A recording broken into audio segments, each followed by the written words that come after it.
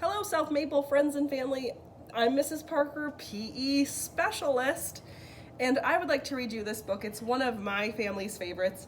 It's called Harold and the Purple Crayon, and it's about this little boy named Harold who does some pretty cool things with a purple crayon. So let's find out. One evening, after thinking it over for some time, Harold decided to go for a walk in the moonlight. There wasn't any moon, and Harold needed a moon for his walk in the moonlight. And he needed something to walk on. Can you guess what he's making? He made a long straight path so that he wouldn't get lost. And he set off on his walk, taking his big purple crayon with him. He didn't seem to be getting anywhere on this long straight path. So he left the path for a shortcut across the field, and the moon went with him. The shortcut led right to where Harold thought a forest ought to be. He didn't want to get lost in the woods, so he made a very small forest with just one tree in it. It turned out to be an apple tree.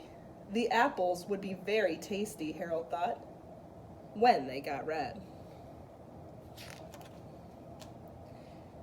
So wait a second, did we skip a page? No, we didn't. So he put a frightened dragon under the tree to guard the apples. It was a terribly frightening dragon. Look at all those sharp teeth. It even frightened Harold. He backed away. His hand holding the purple crayon shook. See her shaking back here?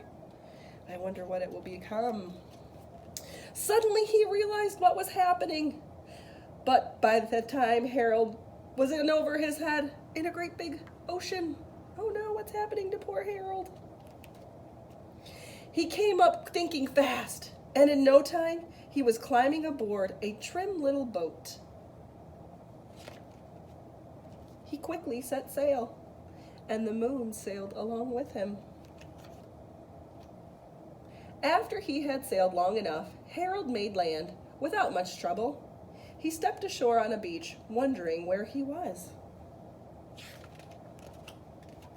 The shady beach reminded Harold of picnics, and the thought of picnics made him hungry. So he laid out a nice simple picnic lunch. There was nothing but pie. But there were all 9 kinds of pie that Harold liked best. That's my kind of picnic. When Harold finished his picnic, there was quite a lot left. He hated to see so much delicious pie go to waste.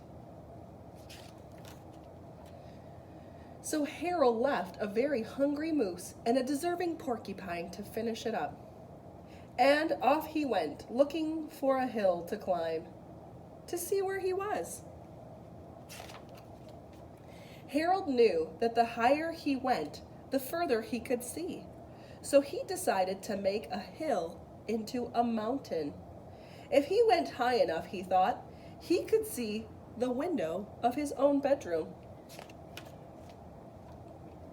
He was tired and he felt he ought to be getting to bed.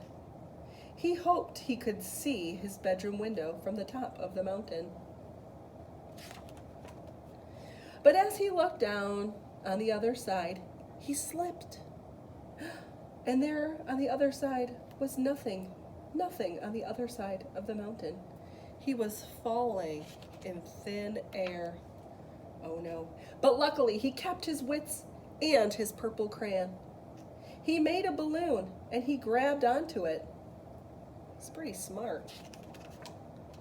And he made a basket under the big balloon, big enough to stand in.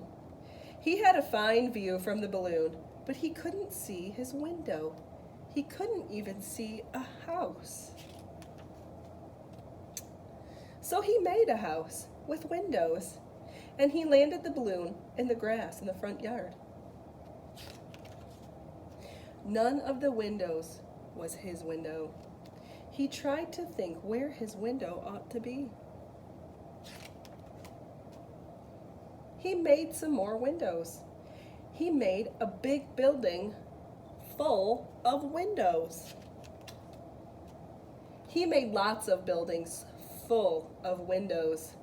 He made a whole city full of windows. But none of the windows were his window. He couldn't think where it might be. He decided to ask a policeman. The policeman pointed the way Harold was going anyway, but Harold thanked him. And he walked along with the moon, wishing he was in his room and in bed. And then suddenly, Harold remembered.